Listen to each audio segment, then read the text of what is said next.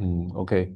Yeah. So once again, good afternoon, students. Now we shall start the lesson. Hold on, let me just get rid of the meeting controls here. Right. Okay. So the purpose of today's extra lesson, as well as the next week's one, okay. So as announced, we have two extra lessons, right? One will be for today, 1.5 hours at maximum. At maximum. Okay. Because the purpose of today's lesson is to finish topic three, which I think is doable. Okay. And then for next week, because today we finish topic three, tomorrow I can start on topic four. Okay, so next week definitely we'll be able to finish topic four as well as for the tutorials. Okay, and if possible, next week I also want to start on topic five, although it will not be tested during the midterms. Okay, so your midterms in week eight, right? We only test from topics one to four. Okay, one to four. Yeah, so I'm going to start the lesson proper now.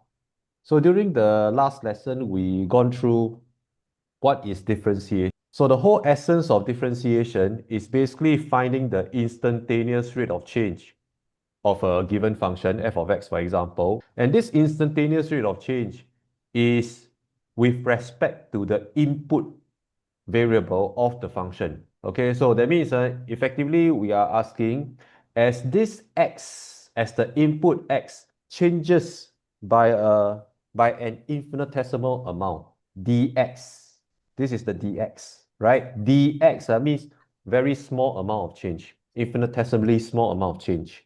As your input changes by such a small amount, how does the output change, right?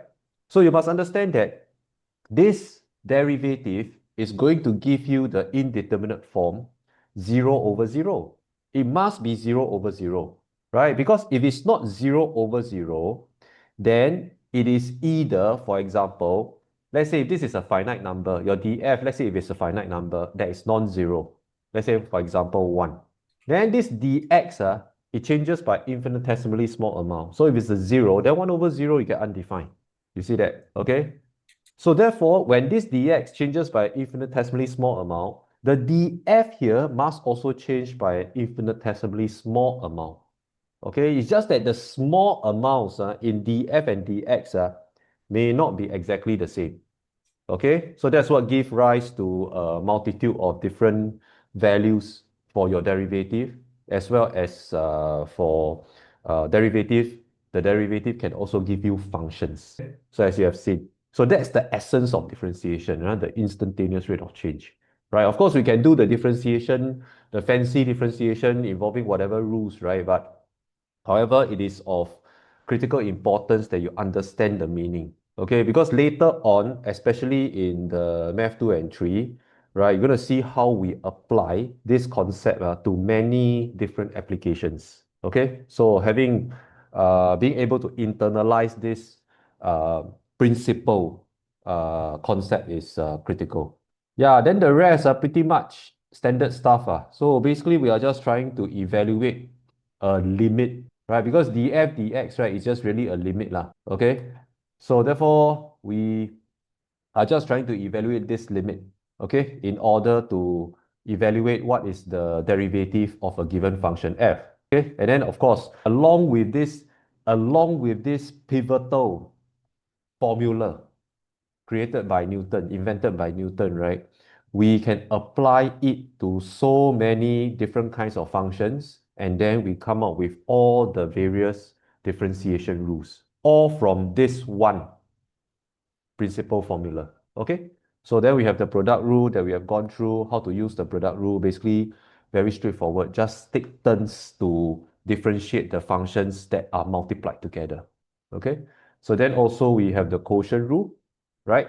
So quotient rule is a bit nasty in the sense that every time you apply a quotient rule, you can see that if your quotient is f over g, then it gives you a somewhat more nasty quotient. Then if you imagine, try to apply the quotient rule again, then you get usually an even nastier expression. So therefore, quotient rule, usually I don't like to apply. Okay, but anyway, if the need arises, you have to do it. So and then some examples that we have gone through, applying the quotient rule. And then most importantly is the chain rule, right? This is the most important rule of all rules, if you ask me. Okay, and luckily it's not difficult to apply, right? Basically, what is this? That means for any composite function where you have f of g of x, right? Where g is the inner function, f is the outer function, you just multiply the derivatives of f and g together. But the way that you differentiate is kind of peculiar in the sense that, right, you must always differentiate the outer function with respect to its input function. So therefore, this is written as what? F prime g. F prime g. F prime g is what? df dg. It's df dg, not df dx. Okay? So therefore, then you multiply by the derivative of the inner function, right, with respect to its input variable again. Okay? So you see the cascading effect here. F with respect to g, g with respect to x, right? So of course, if you have composite functions of three functions together, right, f of g of h, then it must be differentiate f respect to g, differentiate g respect to h, differentiate h respect to x. You see that? Okay, so therefore the chain rule can be cascaded. So therefore, we have also looked at some examples already, and also two approaches for differentiating using the chain rule. Okay, so this is what I just mentioned. You can see, right? F of g of h, right? So the first one is differentiate the outermost with respect to the second outer, because the input function for f is g, ma. So you must do f prime g. Differentiate f with respect to g. Then after that, followed by differentiate g respect to h. So once again, is the function relative to the input. Okay, differentiate the function with respect to the input. Then finally, h with respect to x. Okay, right? So you have more, then you just cascade down the line. So that's the chain rule, right? Looked at some examples. And today, we are going to look at how we can combine all the various rules of differentiation and also look at some maybe more advanced rules of differentiation, like implicit differentiation, like logarithmic differentiation, etc. Okay? Yeah, so just let me. Okay, looking good, recording. Right, so how do we combine the different rules of differentiation? Very straightforward. You use them as you need it. Okay, you just use them as you need it. So for example, and take note that the combination is not with one so-called structure. There's no one definite structure, right? Meaning to say you don't like say, oh, you always use product first, followed by chain, or you always use chain first, followed by quotient. No such thing. Okay, you use whenever the need arises. For example, look at your function here, which is x squared sine 3x. Immediately, you can recognize that this is what? This is x squared multiplied by sine function, right? A squaring function multiplied by the sine function. So, when you differentiate, you must use the product rule first. Okay, because it is function multiplied by function. So you have to use product rule, right? So which means that, for example, I differentiated x squared, get 2x. Then I differentiate sine 3x, get sine 3x prime here, okay? So which means that I differentiate x squared, get 2x, I hold the sine 3x, right? I have to hold one function, differentiate the other, okay? Plus, hold x squared, then differentiate sine 3x. Can right? So this is my product rule. Okay, then you observe that when you differentiate sine 3x, sine of 3x, sine of 3x. So what does that mean? It is a composite function. Okay, sine of 3x is a composite function because it's sine of a linear function like mx plus c, for example. So therefore, you have to use the chain rule. Okay, so from sine 3x, in order for differentiating, you need differentiate sine, get cosine. Okay, so you have cosine 3x. Then after that, differentiate the inside function, the inner function with respect to x. So therefore, you get 3. So you can see the chain rule is being applied here when you differentiate sine 3x. Okay, so therefore, I use the product rule first because my functions are in multiplication form. Then when I differentiated one of the functions here, sine 3x, I realized I need the chain rule. So I apply the chain rule accordingly. So therefore, in this respect, right, you use as you need it. Okay, you use the various rules as you need it. So now look at this example. Now this example is e to the cosine x over x, right? Right. So which means in itself, it is fundamentally a composite function, right? Because it's exponential function of a cosine function divided by a sine, divided by an x function. Okay, so now, right, what is this? You have to use your chain rule because this is composite, right? So because this is fundamentally a composite function. Okay, so it's like exponential of something else, right? Exponential function of some other functions. So therefore, I use the chain rule, right? So how do I use the chain rule? Now, when you have e to the something, you differentiate. You just get back the same expression, no change, e to the same something. Okay, the exponent, no change. But now you have the inner function, right? So what's the inner function? The inner function is cosine x over x. And you need to differentiate it. Okay, so therefore this is what the chain rule is. Then when you differentiate this cosine x over x, then you need to apply the quotient rule because this is a quotient of two functions, clearly. Okay, of course, you can also write it as cosine x times 1 over x. Then you apply the product rule. Also fine. Okay, you will get the same answer. Is that all right? So you can see that I apply chain here first because this is a composite function. And then when I try to differentiate the exponent, I realize that there is a quotient here. So therefore, I need the quotient rule. So I apply the quotient rule. Okay. So once again, use the rule as and when you need it. So now exercise. So let's go through this together. Okay. I think you should have no questions. Okay. Yeah. So observe that f of x is a product of two functions, right? This is a product, okay, of two functions. So therefore, we will need what? We will need fundamentally the product rule, okay? Because this is a product of two functions. So therefore, firstly, you have to use the product rule first, all right? So therefore, the f prime x will now be written as, so you can differentiate x squared first, you get 2x, hold the e to the 3x, right? Plus, so just now you have differentiated x squared, you hold the x squared, now you differentiate e to the 3x, okay? So when you are differentiating e to the 3x, right? So let me write it as e to the 3x prime, okay? So now I'm differentiating this e to the 3x now, right? So you notice that e to the 3x is exponential of linear function, okay? So what is this? This is a composite function. So this guy is composite. Hold on, do I want to use the same color? Okay, maybe I use green. So therefore, this is a composite function. Okay? So therefore, in differentiating this, I will need to use the chain rule. Is that right? Okay? So obviously, the first term, no change. It's just 2x e to the 3x plus the x squared, you just hold it. Then when you use the chain rule for this, right?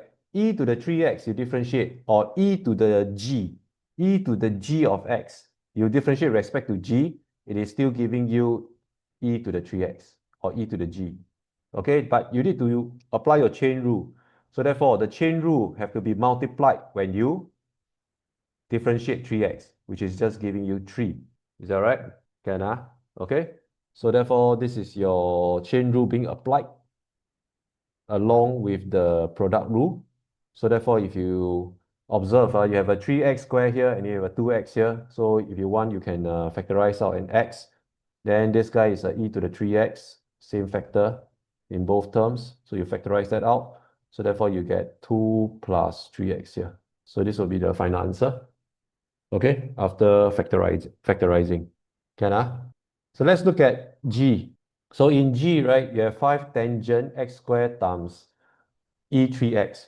So obviously this is what? This is a composite function, right? This guy is a composite function because it's the tangent of some other function, okay? A bunch of functions here, right? Eventually it's a composite function. So therefore, you have to have the chain rule being applied, okay? So therefore, you are getting what? G prime x. So the 5 is a constant, just put it one side. And now when you use the chain rule, right? When you differentiate tangent, so therefore you get secant square. So secant square, you just the derivative for tangent in the earlier slides. So you get secant square. Now you are supposed to have put back this thing. That means the input no change. Okay, you have to cover.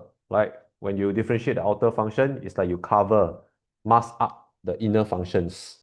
Okay, so therefore differentiate tangent get secant square, right? But now you notice that you need to multiply. Multiply by what? Multiply by the derivative of the inner function. So you have to differentiate x squared e3x.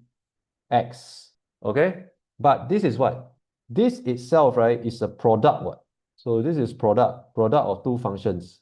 Okay, so therefore you have to use the product rule. Is that right? So the first part, totally no change. This first part, totally no change. Okay, so you just update this second part. So the second part must be x squared e3x, right? But x squared e3x is here, what?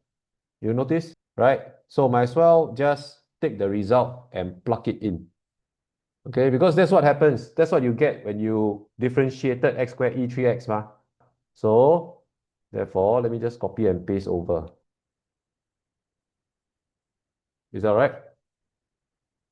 Then, so therefore, you can see here, the result is just 5f prime because this guy is f prime. Okay?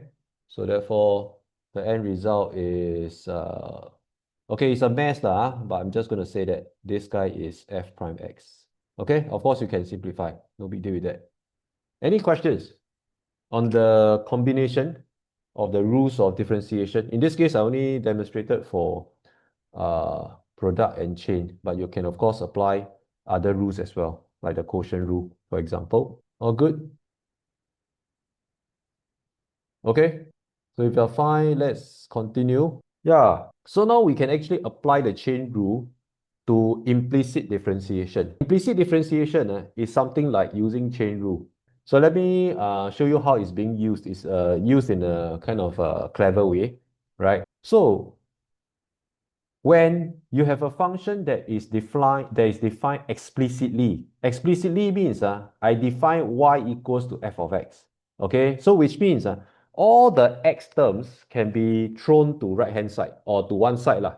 Okay, then I just say that, oh, the left hand side in this case, right, will be the output y, for example. Okay, so I put all the x on one side. Now if I can do that, that means the function is defined explicitly. What is explicit? Explicit means, right, you give it the input, you can just key into the function directly and calculate the output. Okay, so that's an advantage. That's a big advantage of having an explicit function. But in many functions, it cannot be applied. It cannot be defined explicitly. Okay, so which what I'm trying to say is, right, there are many graphs. Okay, especially graphs that form a closed loop, for example, like a circle. They cannot be defined explicitly. So much so that, right, we have an equation for them. We have an equation for them. Okay, so one example will be the equation of a circle. Equation of a circle. So the equation of a circle, as we know, right, is x squared plus y squared equals to r squared. So in this case, r will be the radius of the circle. Okay, we know that. So this is an example whereby you have f of xy equals to c. So this guy is your f of xy. Okay, this guy is a f of xy on one side. So in this respect, there are many functions. Okay, for example, I can say that, oh, xy minus sine of, let's say, y squared, then equals to, for example, say 2. Okay, let's say this equation. Now in this case, okay, maybe I make it a little bit more interesting. So maybe sine xy squared equals to 2. Okay, now this is an implicit equation. Now this implicit equation has the difficulty of isolating either x or y. I repeat this again. Equation of a circle, we know that we can get the function out. That means we can rearrange terms. If you want y as a function of x, no problem. I throw the x squared across, right? Then I root both sides. Then I get two functions. So implicitly, this y of x, right, has two functions. Okay, because you have a positive square root, you have a negative square root, right? Because just in case you don't know what I'm talking about. So this guy, you can have y y equals to plus minus the root of r square minus x square. Okay, I just throw the x square across, right? Then after that, I just take a square root on both sides. So therefore, I have a plus minus here. So in some cases, you can have the implicit equation manipulated into an explicit function or into multiple explicit functions. Okay, we can do that, right? For some implicitly defined equations. But however, there are some implicit equations that we can't do that. For example, this is an implicit equation that you just cannot factorize x or factorize y out. So it is not possible to define y as a function of x explicitly. Not possible to isolate. So we are in fact isolating y here. Okay, to isolate y as a function of x explicitly. Okay, so therefore in this case, I'm trying to draw to you the difficulty of differentiation if you cannot even write down y equals to f of x. Because you are just differentiating some expression f with respect to x, what? If you don't even have f of x, how can you even differentiate it? You see that? Okay, so of course, for some functions that you can manipulate such that you can identify or isolate y, right, as a function of x, then well and good, you can differentiate it, okay, explicitly. But in this case, there are some functions that cannot. So this brings us the cause or the motivation for implicit differentiation, okay, which means that implicit differentiation has to be applied for differentiating such functions, right? This is the only way to get, for example, dy dx, okay? For such expressions where you cannot even isolate one function in terms of the other, okay? You cannot isolate one variable in terms of the other. Can? So this is the motivation for implicit differentiation, okay? So how do we do it? Now, first of all, let's say the equation of a circle, right?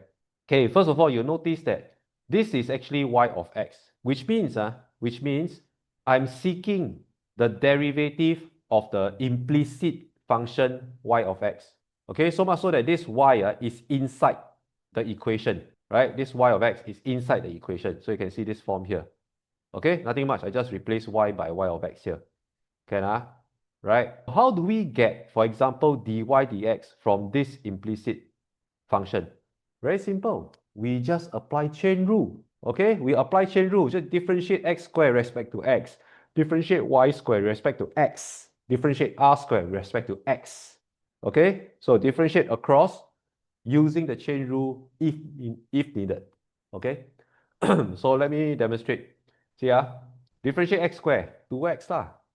Can? Then differentiate y squared. Now, when you differentiate y squared, right, you are differentiating y squared with respect to x, not with respect to y. So which means that you have to apply the chain rule here. Let me write. Okay, look at this term. So now when you do a d dx of y, of y square of x. Okay, let me write y square of x. Now you must understand that y square is a function of y, right? It's a squaring function of y. Okay, so which means I can write this as d dx of, let's say, g of y of x. Okay, g of y of x. So this g of y of x, right? This g of y is y square. You see? Right? Where this g is y square. This g is y square. Okay, so you get y square of x. Can? Okay, now, this is obviously a composite function, what? Correct now, it's a composite function g of y of x. So what do? Apply the chain rule. So therefore, this must be what? E g dy first, then times dy dx. Okay, so by virtue of this, you can see that dg dy, right, is actually 2y. Because y square you differentiate with respect to y. So this guy is really 2y. Hold on, let me just rearrange this so that you see the thing more clearly. Okay, so this is like this. Okay, this part, right? So therefore now, because g is y square so it has to be 2y times y prime. Because this dy dx, I can write it as y prime. Is that right? So therefore now, isolate y prime because that's what you want, what? Agree, that's what you want. So therefore, isolate y prime. So throw the rest of the terms across, you get minus x over y. So observe that. Okay, so what is implicit differentiation? Implicit differentiation just means that apply differentiation rules accordingly. Whenever you need the chain rule, because you are differentiating a function of x, then just apply chain rule accordingly. Okay, so you can also verify with the explicit differentiation. So just now I mentioned that if you isolate y, you get the plus minus root of 1 minus x squared. Okay, so this is considering that you have a unit circle where r is 1.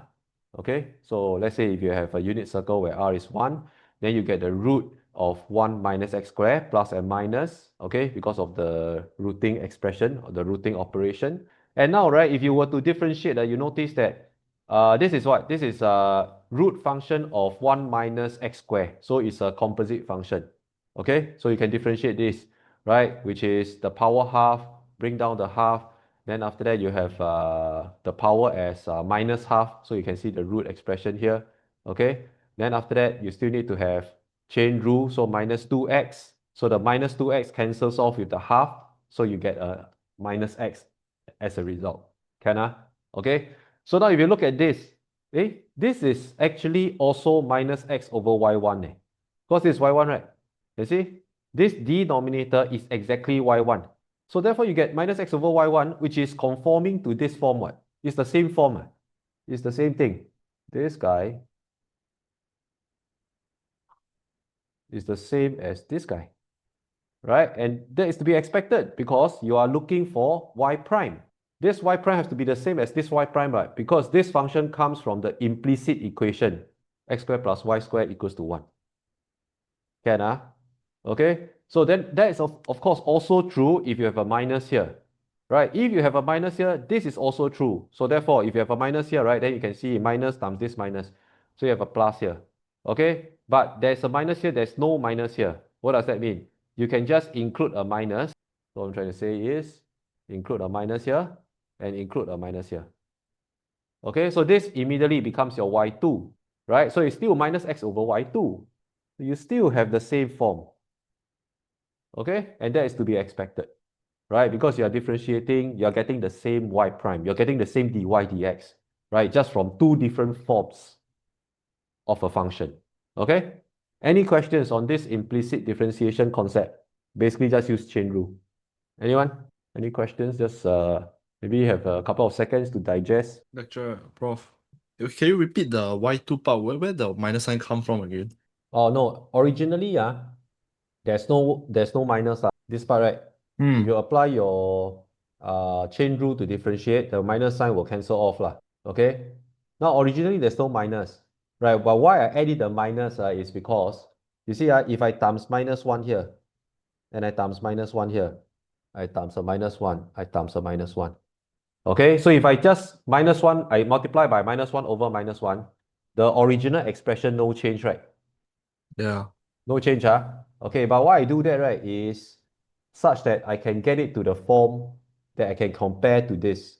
You see, minus, minus. So minus divided by minus still 1, so no change to the original function.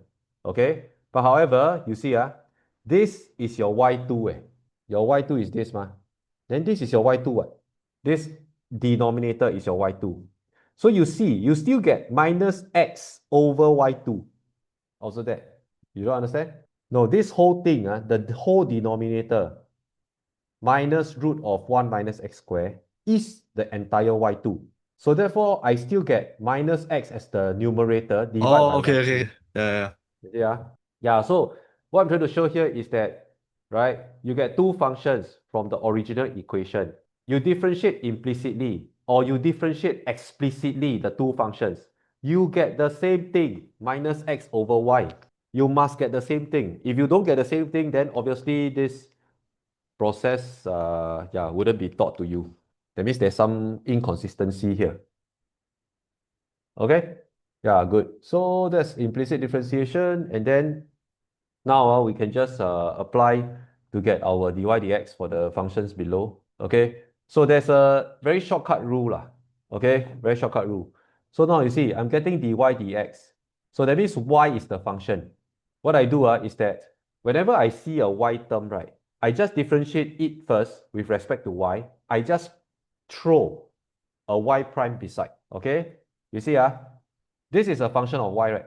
I just differentiate directly with respect to y first. I don't care.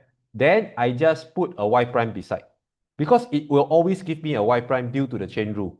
Okay, so let me demonstrate for this part A here. Okay, d dx, the whole equation. Okay, so maybe I call this EQ, equation. Differentiate the whole equation. Okay, so what I'm going to get? So you can see that y is a function of x. Y is a function of x. Function of x times function of x. You need product rule. You need product rule. So now, right, if I differentiate y, I have 1. Okay, differentiate y with respect to y. I get 1. But I must always put a y prime beside. Can Then now I differentiated y of x already. So now I put back the cosine x. But then I must plus because I'm now using what? Product rule. Okay, because two functions of x multiplied together. So this one is a product. So therefore I need product rule. Just now I differentiate y. Now I whole y. Differentiate cosine x. So I get minus sine x. Is that right? Okay. So then the second term. The second term is another product because sine y is sine y of x. Sine y of x. So therefore is function of x times function of x. So another product. Okay. So therefore plus differentiate x get 1. Then I put back the sine y plus now product rule. So whole x differentiate sine y cosine y, then multiply by y prime. Just put a y prime beside. Okay? Then on the right hand side, you have equals to 1. So therefore, equals to 1. Sorry, equals to 0. Okay? Because you differentiate 1, you get 0. What? Is that right? Okay? Can So in a nutshell, right, whenever I see a y term, I just differentiate with respect to y first. Then I just put a y prime beside because that's applying the chain rule. Okay, simple as that. That's implicit differentiation. So therefore, you observe that you have your y prime terms. So you now need to isolate the y prime terms. Okay, so put the y prime, and then you see the terms. So this cosine x, then you have your plus x cosine y, x cosine y. Can x cosine y, right? Then you throw the rest of the terms on the right hand side. So this will be equivalent to so you have a minus sine x times y here. So you bring across. So therefore you get a plus y sine x. Then this sine y, right, you bring across, you get minus sine y. Okay, maybe I change the color just to make sure you know what is happening here. So then you isolate the y prime. Okay, isolate the y prime because that is a dy dx. So therefore it's really just this thing divided by the factor on the left. Any objections? So this is the answer. After using implicit differentiation along with product rule. Okay, good. So let me continue. So now let's look at the part B. So part B, right? You can see a bunch of stuff, okay, but don't really care. So we're just going to differentiate the whole thing, right? Differentiate this whole thing. So let's call that equation. So it's going to give us, you can see this is root of xy, correct or not? So what is root of xy? It's composite function, composite function. So you need to use chain rule inside this root of xy. So hence, bring down the half. Then after that, you have your xy to the power of minus half. Can Okay, so I'm just differentiating the root expression first. Then subsequently, I'll need to use what? Chain rule. Because I got xy inside my root function. So now chain rule now. Okay, be careful. So whole x differentiate y. Okay, so whole x differentiate y, I'm going to get 1. Then I must remember to put a y prime. Now, in other words, whenever you see just y, right, you can just shortcut and just put 1 y prime. Okay, because dy is 1 what? Differentiate y respect to y is always 1. Okay, so in a nutshell, when you see y only, you don't see y square or y cube or other functions of y, you just see y. You just put in y prime when you're differentiating it. Okay, so plus, so now I differentiate x, I'm going to hold my y. Can I? So therefore, this completes the derivative of the first term. Okay, using chain rule. Then plus, so differentiate 3x squared with respect to x because you're doing d dx. So this one easy peasy, 6x. Okay, minus. Now differentiate y cube. So y cube is a function of y. So differentiate with respect to y first, get 3y squared. But it's y leh. So therefore, times y prime. Okay, then equals to 0 because differentiate 3 get 0. Any objections? Can I? Okay, so now, as usual, you need to isolate the y prime because that's what you want, the derivative. So therefore, it looks like you're going to have, let's isolate the y prime first. Let me just underline. So you take out your y prime, and then you observe that it's going to have x. So this part, I multiply. So x over 2 root xy, okay? Then minus 3y squared, and this is equal to, so you observe that there's a minus 6x. Okay, I bring across, so I get minus 6x. Then this part, I also need to bring across. So it must be y times this. So it will be minus, because there's a plus here. So you have a minus y over 2 root xy. Is that all right? Okay, so this is actually very good already after you have factored your y prime term out. So what's next is basically just to simplify by isolating that y prime. Okay, so from here you're going to get y prime equals to, so this thing divided by this. Okay, so obviously this expression is not very nice. You can see that my given answer is a lot nicer, right? But how do you make it nice? Not difficult. You just make common denominator. Okay, just make a common denominator. So because this is not very nice, so it's fraction in fraction. Okay, so just quickly make common denominator by multiplying numerator by 2 root xy. Okay, so you can see that this is minus 6x. Okay, minus 6x times 2 root xy minus y divided by 2 root xy. Okay, this entire thing is the numerator. So divided by this thing, same thing, also make common denominator. So x minus 3y squared times 2 root xy divided by 2 root xy. Is that all right? Can this part? I just multiply by 2 root xy to the second term. Okay, so 2 root xy divide by 2 root xy, I still get 3y squared, which is this 3y squared. No change to the expression. Okay, just mathematical manipulation. So therefore, you see that this and this will divide away. Okay, so then you just make a simplification, you get the nice answer that is given. So this is really just minus 12x times root xy minus y divided by, so this part is x minus 6y squared root xy. Is that all right? Okay, so if you want to get the answer given here, right, you just factorize out a negative. Okay, just factorize out a negative. Then you factorize out a negative here also. Okay, so it becomes minus 12x root xy plus y. Factorize out the negative. Then I throw out a negative. Then this is 6y squared root xy minus x. You see, I just swap. I factorize out a negative, right? Just swap the terms. Okay? Then minus divide by minus, obviously it will divide away. Okay? So therefore you are left with this nice solution here. Any questions? Is that all right? Implicit differentiation, you need to use it along with the other rules of differentiation whenever necessary. Okay, looking good. Yeah, so if you get that right, then we can apply implicit differentiation to getting the tangent and normal line equations to a curve. Okay, because in this case, right, why is it that we need implicit differentiation? Well, because curves, some of the curve, of course, functional curves, right? You can have the explicit function, y is a function of x, then you plot some curve lah. Okay, but as I mentioned earlier, for curves that are like closed loops, if you have a closed loop curve, right, a circle, an ellipse, for example, okay, or some other closed loop curves, right?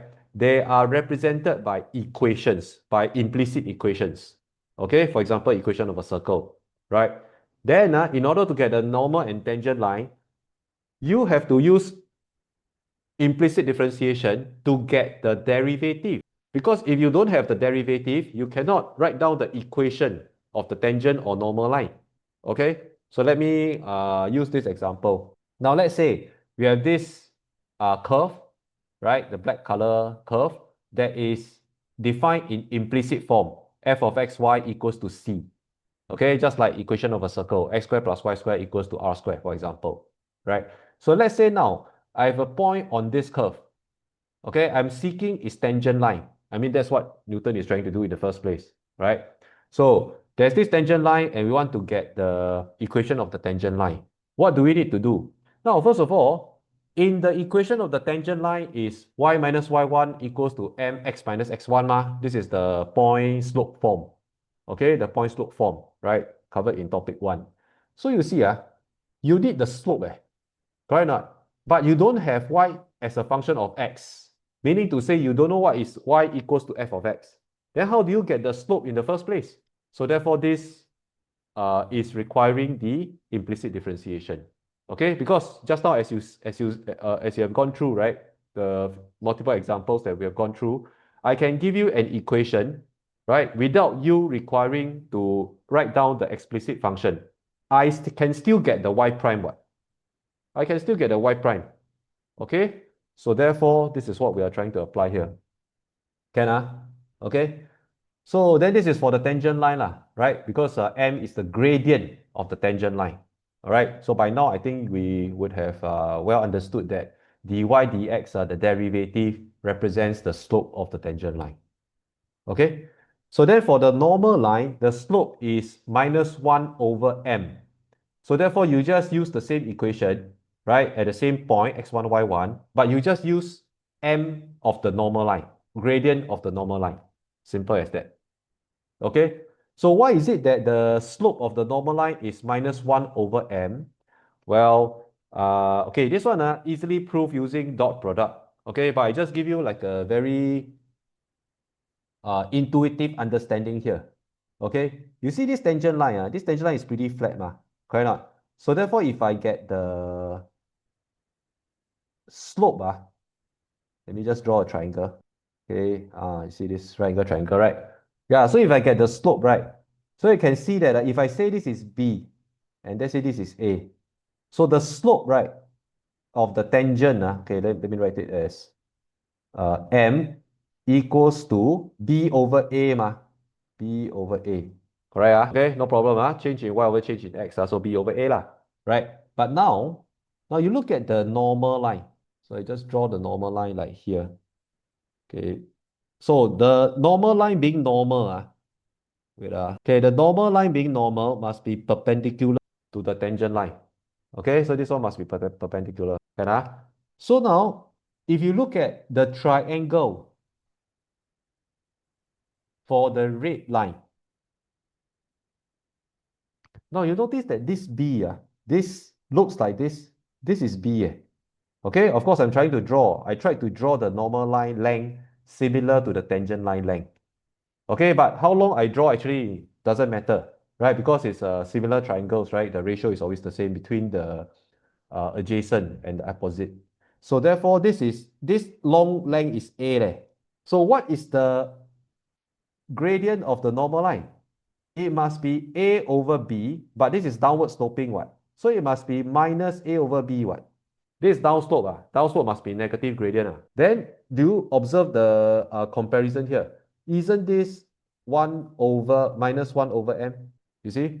Okay, so this is like using just some drawing to intuitively state why is it that this m sub n, gradient of the normal, is minus 1 over the gradient of the tangent. Okay, so we can also use this, prove this using the dot product, right? After we cover topic 7. Okay, yeah. So, okay, this one, example. So first of all, get your gradient first. Okay, because we are trying to get the equations of the tangent and normalize. So, d dx, the whole thing. Okay, so you get 2x, differentiate x squared, get 2x. Differentiate minus xy, product rule. Okay, so differentiate x, put y. Then whole x, differentiate y prime. You see, implicit. Okay, then plus differentiate y squared, 2y times y prime. Every time there's a y, you just put a y prime beside. Okay, when you are differentiating with respect to x. So let me just label this part product rule. So this is equivalent to 0. Okay, so therefore from here you can simplify and isolate your y prime. Okay, wait, let me just isolate first, step by step. So therefore this guy is what? Minus x. Can see minus x times y prime. Then there's a plus 2y. So plus 2y. Then you have your 2x, bring across, minus 2x. Then you have a minus y plus y, bring across. Okay, and that's about it. So therefore your y prime will be equivalent to 2y, y plus, oh sorry, y minus 2x. I just swap sides here, over 2y minus x. Okay, so this is my gradient equation, my slope equation. Okay, so at the point 1, 2, so at 1, 2, oh sorry, at minus 1, 2, so x is minus 1. Okay, so y prime must be equivalent to, okay, maybe I put m first. M equals to y prime, right? So I just sub in. So I get 2 minus 2 times minus 1 divided by 2 times 2 minus minus 1. Okay, so this is going to be what? 4 over, so this is a plus 1, so it's a 5. Okay, so this is the gradient of the tangent line, right? So then I just sub into the equation of tangent. So y minus 2, y minus y1 equals to m times x minus x1. So x minus minus 1, so become x plus 1. Okay, so therefore if I isolate y, I get the equation of the tangent, which is 4 over 5x. So you can see this one is plus 4 over 5. Then I need to have a plus 2. Okay, so therefore that was going to give me plus 14 over 5. So this is the equation of my tangent. Is that right? Okay, so therefore this will be the blue line. Okay, the tangent line. Of course, not this curve, right? It's this curve. So then about for the normal line. So the gradient of the normal line is just minus 1 over the gradient of the tangent. So it's going to be minus 5 over 4. Okay, so then you just repeat, but for this new gradient. So it's y minus 2 equals to minus 5 over 4 times x plus 1. Okay, so if you isolate your y, you're going to get minus 5 over 4x plus 3/4. Is that okay? All right, so I hope this is clear, right? And then maybe we can also verify our answers in decimals. So this is x squared minus xy plus y squared. Let's look at decimals. So x squared minus xy plus y squared equals to 7. Okay, so it's an ellipse. You see, right? So let me just key in the equation of the tangent, right? Y equals to 4 over 5x plus 14 over 5. You see? Okay, so the point that I want to find the tangent for is 2 minus 1. Right? Okay, plus 14 over 5. Is that correct? 4 over 5x plus 14 over 5. Oh, minus 1, 2. My bad, my bad. Not 2 minus 1. Minus 1, 2. Okay, so that's correct, right? And then, of course, the equation of the normal. Minus 5 over 4x plus 3/4. You see? Okay, so it looks pretty Correct lah, right? I mean, looks pretty perpendicular between the tangent and normal lines to me. Okay, right. So this demonstrates the use of implicit differentiation to get the equations. So now let's move on to finding the derivative of the logarithmic functions. Okay, because all the first principles, taking the limit, finding the derivative, power functions, sine, cosine, as well as exponential functions. Okay, we have not dealt with logarithmic functions yet. So let's look at them. So now you see, if you have the natural log, y equals to ln x, right? So we can derive the dy dx for ln x using implicit differentiation. Okay, how? Now, I can just use the inverse function, what? So if I just exponentiate both sides, I get x equals to e to the y, e to the y. Then I know this y is a y of x. This y is a y of x.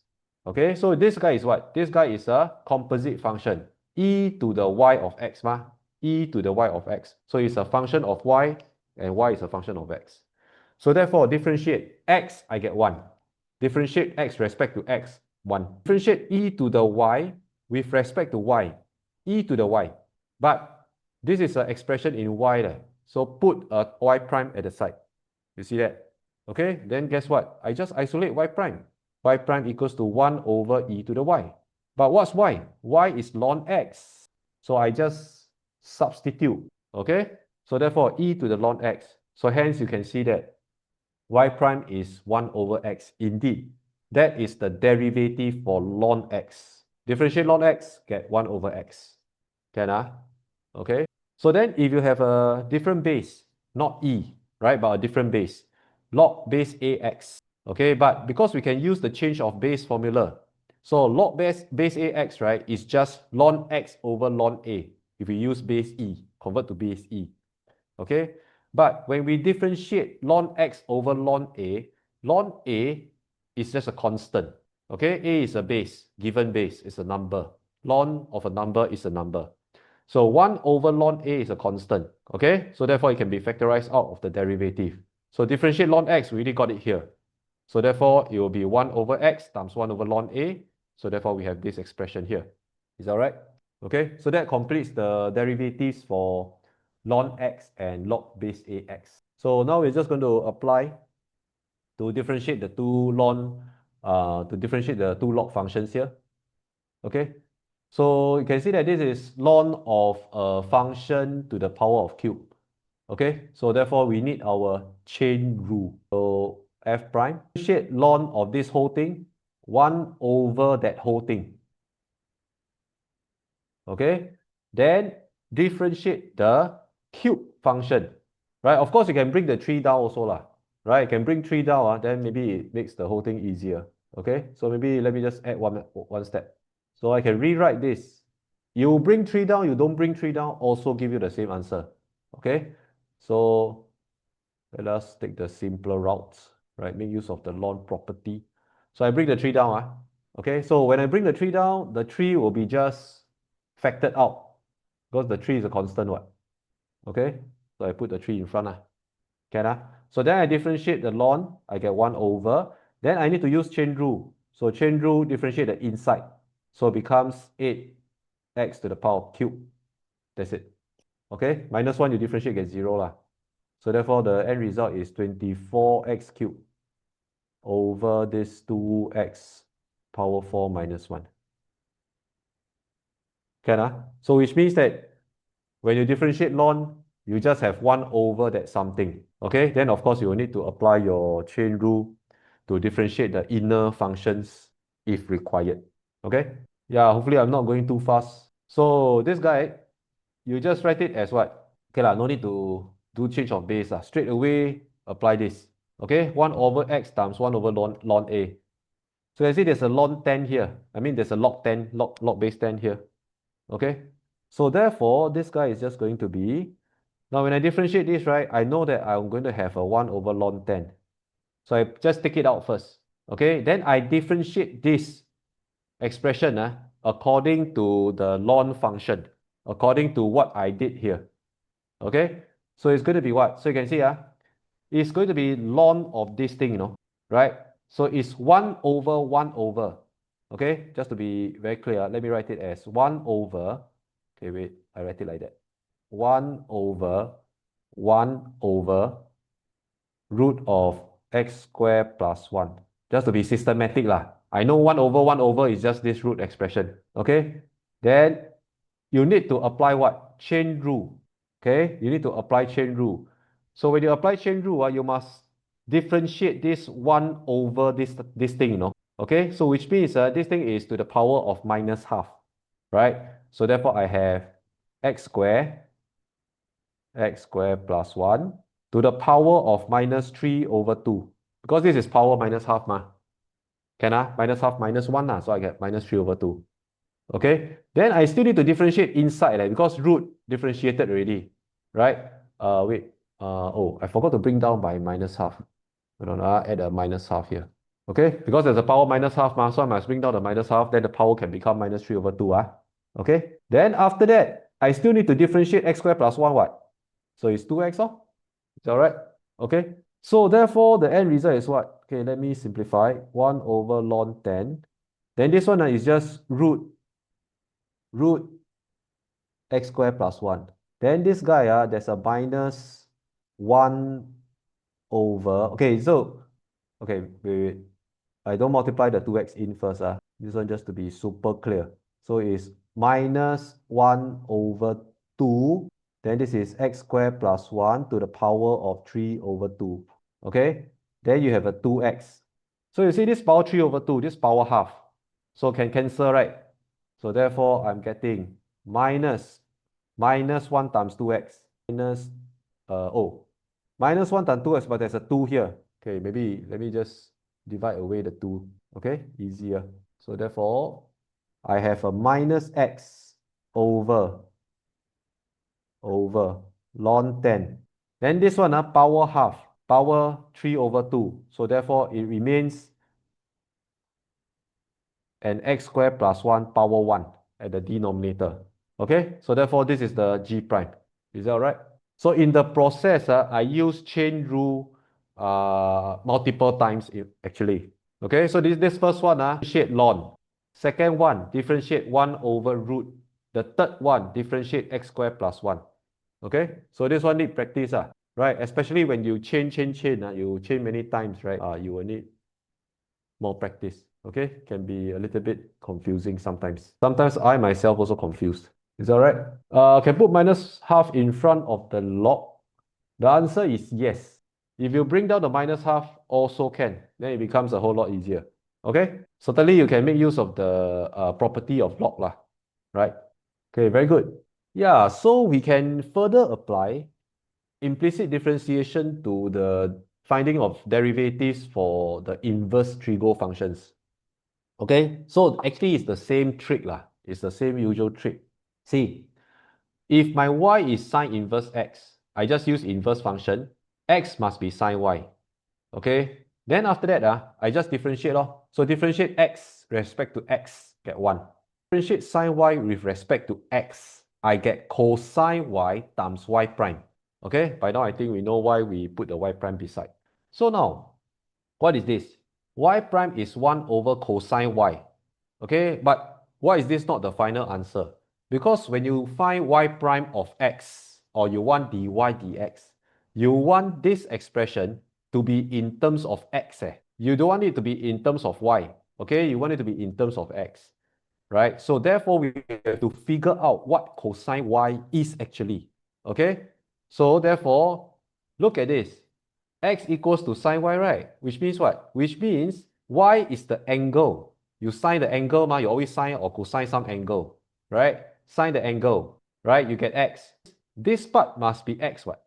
Because sine is opposite, right? The opposite length. So you can treat the hypotenuse length to be 1. So the opposite length must be x. Okay, x equals to sine y, right? So therefore, by Pythagoras theorem, you are able to get the adjacent. Adjacent is just equals to hypotenuse square minus the opposite square. Can So this one come from where? This guy come from Pythagoras. Pythagoras. Is that right? Okay, so therefore you have found what is the expression for cosine y already, because this adjacent is cosine y. Okay, so therefore you have 1 over root of 1 minus x squared for the derivative of sine inverse x. Okay, so you can see we are populating the table, right? The table of derivatives now, right? As we go along, right, we use more and more perhaps advanced techniques in differentiation. Okay, but once you get used to those things, actually pretty standard, right? So therefore, let me demonstrate another one. Okay, derive the derivative of tangent inverse x, right? So therefore, we have y equals to tangent inverse x. So you want dy dx, okay? But we make use of the inverse function. So which means x equals to tangent y, okay? So then we use implicit differentiation. So d dx throughout. So you're going to get 1 equals to secant square y. Okay, but secant square y is just 1 over cosine square y. Can Okay. Oh, you see, I forgot to put the y prime, right? Because I have to apply implicit differentiation. Okay, times y prime. So therefore, this is just 1 over cosine square y times y prime. Okay, so I isolate y prime. So 1 over cosine square multiply across to 1. So it's really cosine square y. Is that right? Okay, but that's not done because I don't want this expression for my y prime in terms of y. I want it in terms of the input x. Okay, it's more convenient to use.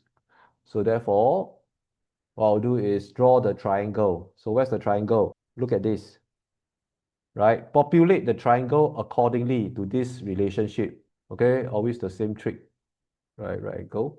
So x equals to tangent y, which means that the angle must be y. But tangent is what? Tangent is opposite over adjacent. Opposite over adjacent. So you populate the opposite with x, adjacent with 1.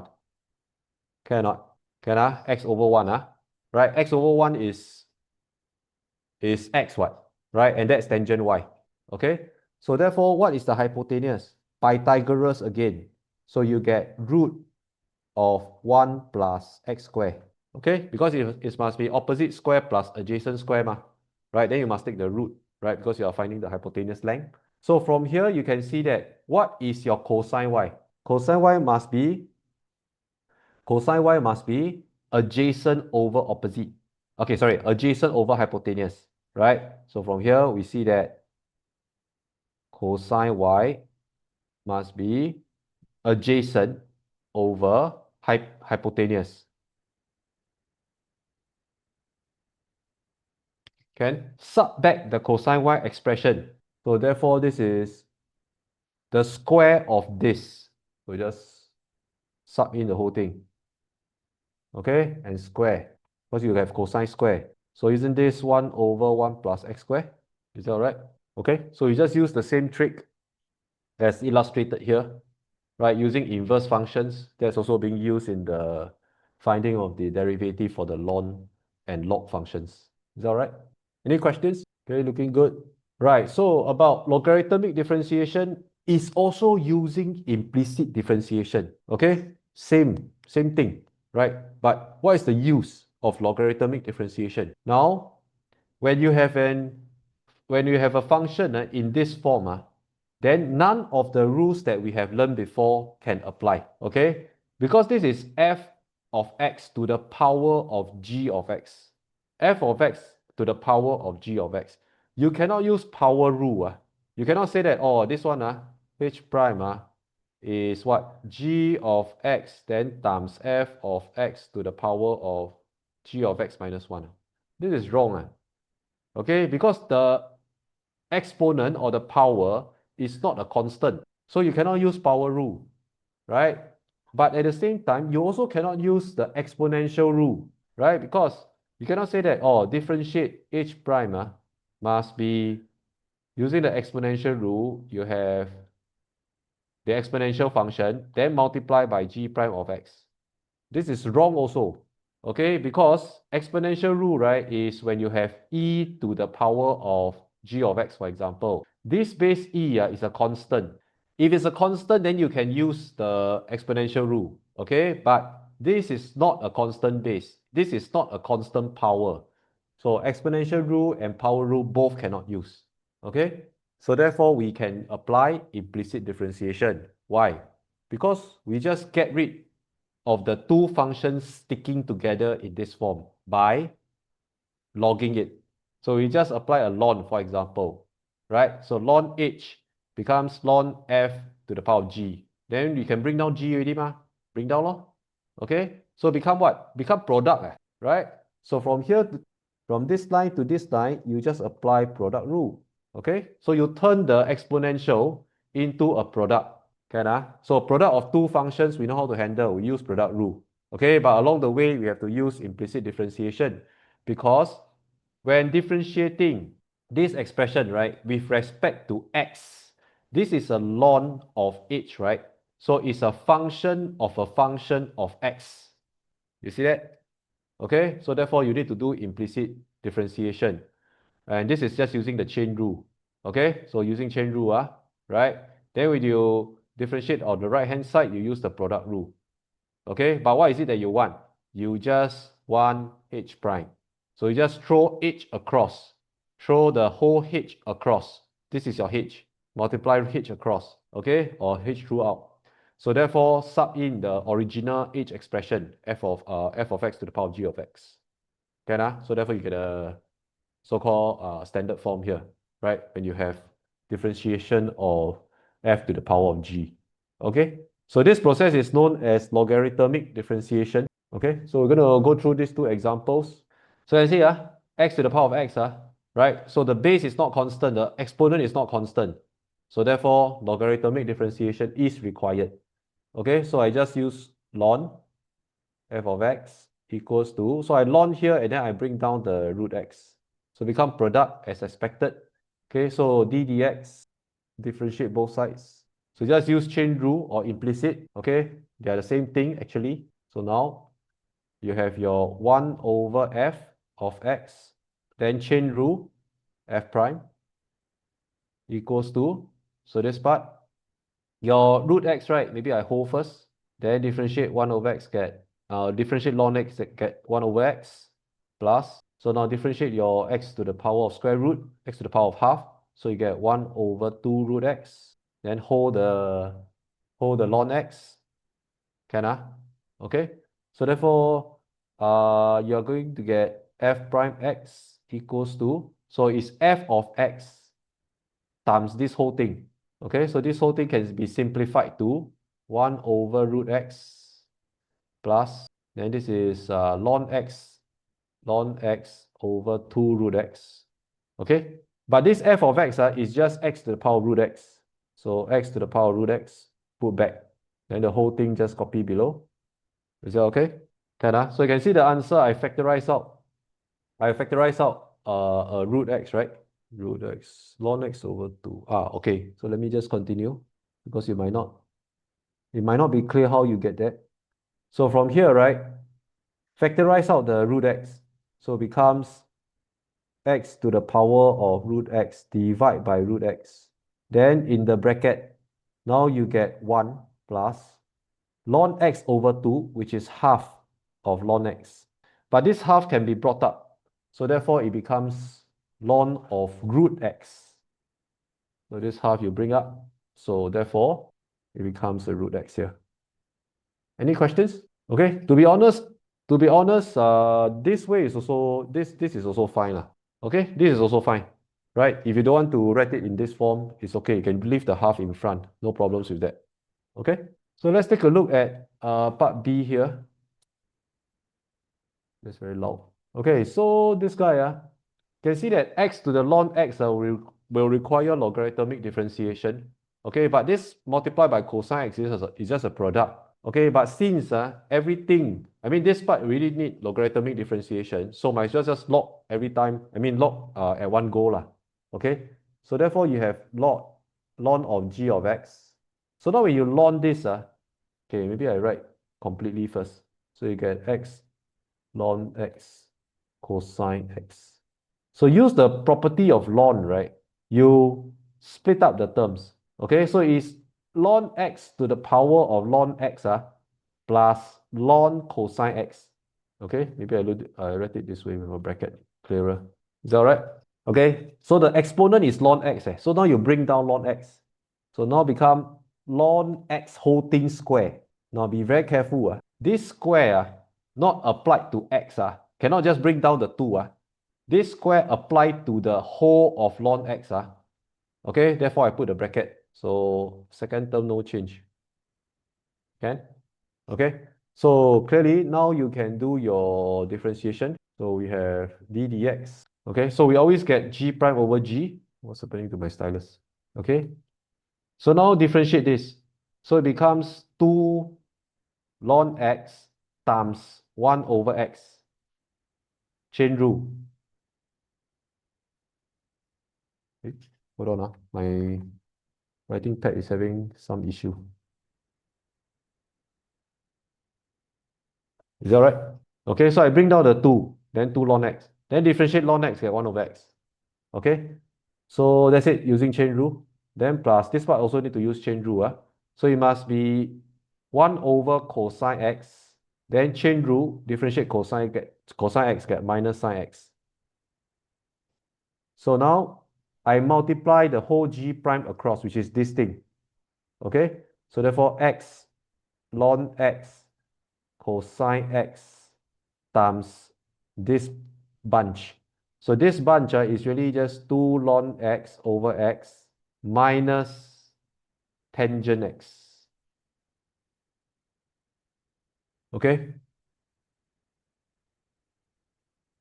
Okay, so maybe just let me finish up to this slide lah, right? Maybe also on the table of derivatives. So previously, when we derived the derivative for x to the power of n, right?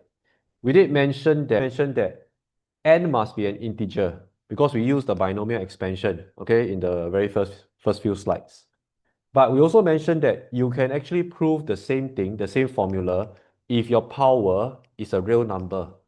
So in order to do that, we basically just apply logarithmic differentiation, okay, which is this part here, right? This part here. Okay, so maybe later on I'll come back to this part. So you see, using logarithmic differentiation, show the derivative of x to the power of r, where r is a real number, you still get the same formula. Bring down r, then the r minus 1. Okay? So from here, right, you can see that you have your f of x equals to x to the power of r. So you just log f, ln f lah. Okay, so ln f of x equals to r ln x. Okay, nothing much. I just bring down the power after I ln, right? Then after that, I d dx. So therefore, I get f prime x over f. Then this guy, right, r is a constant. So it's r over x. Okay, r is a constant. Differentiate ln x, get 1 over x. So I just isolate my f prime, multiply the f across. Okay, but f is what? X to the power of r. See that? So therefore, this is just r, x to the power of r over x. But that's equivalent to x to the power of r minus 1 what? Because you divide by x to the power of 1.